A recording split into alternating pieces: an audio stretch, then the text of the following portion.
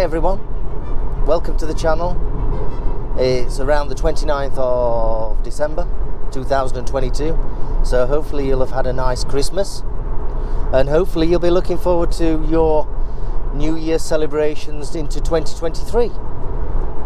I'd just like to tell you of an experience that I had at a Christmas party, just before Christmas obviously, where there were 100-200 people in attendance. And I had an issue regarding pronouns and the use of certain words. Not so much of an issue that I was concerned about someone raising a grievance to HR, but generally speaking, it was a case where the language used was very strange, and the assumptions used on certain people that I converse with were very strange as well.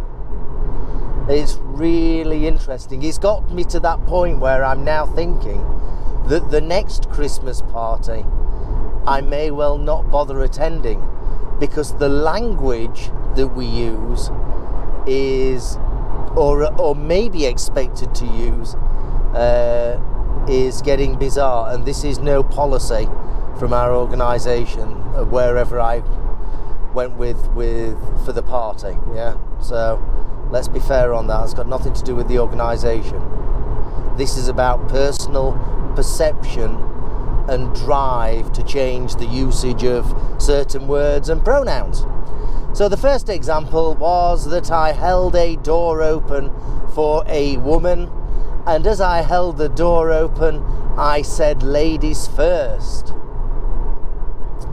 and instead of getting a normal reaction, what I thought I would get, as in a thank you, and continue through the door, I had a lady, a woman, let's use the right words now, we're in the 21st century, I had a woman that was complaining that I shouldn't be calling her a lady. And I said, oh, I'm sorry about that, I'll call you a woman from this point forward. And she ultimately accepted that after a couple of other statements that I shouldn't be calling anybody a lady. And I accepted that, so I thought that was a little strange. And by the way, the age of the person, the other party, was about the same age as me. So this wasn't some 30-year-old or younger. Okay, moved on, went on into the night, and later that evening I was talking to one of my people who was 30 years or younger, and we were talking about a third party that was somewhere in front of us, but out of ear. They couldn't hear what we were saying. And I used, and to refer to that person, I used the word she. That third person, I used the word she, to which the woman that I was talking to, started ranting and raving that I shouldn't be calling this other party she, and I should be calling them they or them or it or that or whatever it is that they were saying. And she was going on, this young woman was going on and on at me, and I said to her, stop right now, just stop right now. I said, let's understand it. I'm using this language as I understand it. So I said, to address this problem, let's go up to the third party and understand what pronoun that third party wants me to use whilst I'm discussing matters about that third party.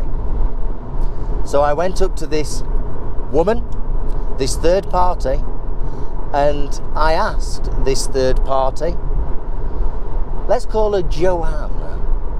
I asked Joanne, what pronoun would she prefer me to use whilst I converse about her to another person? And she looked at me as if I was galactically stupid and said, "What the hell do you mean, Richard?" And then I explained the situation, that what was happening whilst this first woman was there. And she just turned around and said, "Why are you asking this question about me? If you really want an answer, I want to be called she or her." And then she started virtually arguing with this other woman about the usage of pronouns and the shifting of pronouns in the common English language, and that she was then defending the use of normal pronouns on the understanding that less than 1% of the population are affected by anything other than she, he, or him and his. Yes? And we're now... So this is getting to an interesting situation. It really is getting to an interesting situation where we're having confusion about how we should be, what pronouns and things like that, what we should be doing in conversation about people that are in front of you, or that are a third party and they're not part of your conversation directly, and things like this. And I feel it's going to get worse. Now, I was thinking about retiring at 67. I'm now thinking of retiring early, because I'm sure that the gap between this current younger generation and my generation will only get wider and wider. And if I'm not too careful, using the language that I was brought up with, the Queen's language, I hasten to add, the Queen's language, I fear that I'll be standing up in front of other parties defending what I was raised and educated on. So it's going to be absolutely bizarre. Is there a point to this? I don't know what the point is, because I don't know where this is going. The point here is, should I retire early and get myself out of these conversations, of which I just simply, I do understand them, but I just don't get them. We're actually catering for less than 1% of the population and shifting languages to z, zim, zaz, e's, oz, it's, that's, theys, when it's just not grammatically correct, I guess. I don't know. I'd love to know your opinions on this. Every comment that's laid, I will respond. And I'm an let's understand this, I'm an easygoing guy. I'm a well-balanced guy. I've seen a few things and more things than most people. And that's okay. I'm not bragging about that. It's just what I'm trying to say is I am balanced. I'm neither left nor right, not Labour, not Conservative. I'm a balanced guy that's not stereotypical. I would love to know your thoughts. Stick them down in the comments and I will respond to you. I would love to know your thoughts. Like I say, it's the end of December 22.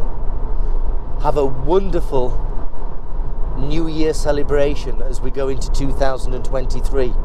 And I assure you, there's going to be lots of content going into 2023 from my channel. Some of it's going to be really, really controversial. I can't wait to look forward to 2023. I'll see you very soon. Thank you. Bye-bye.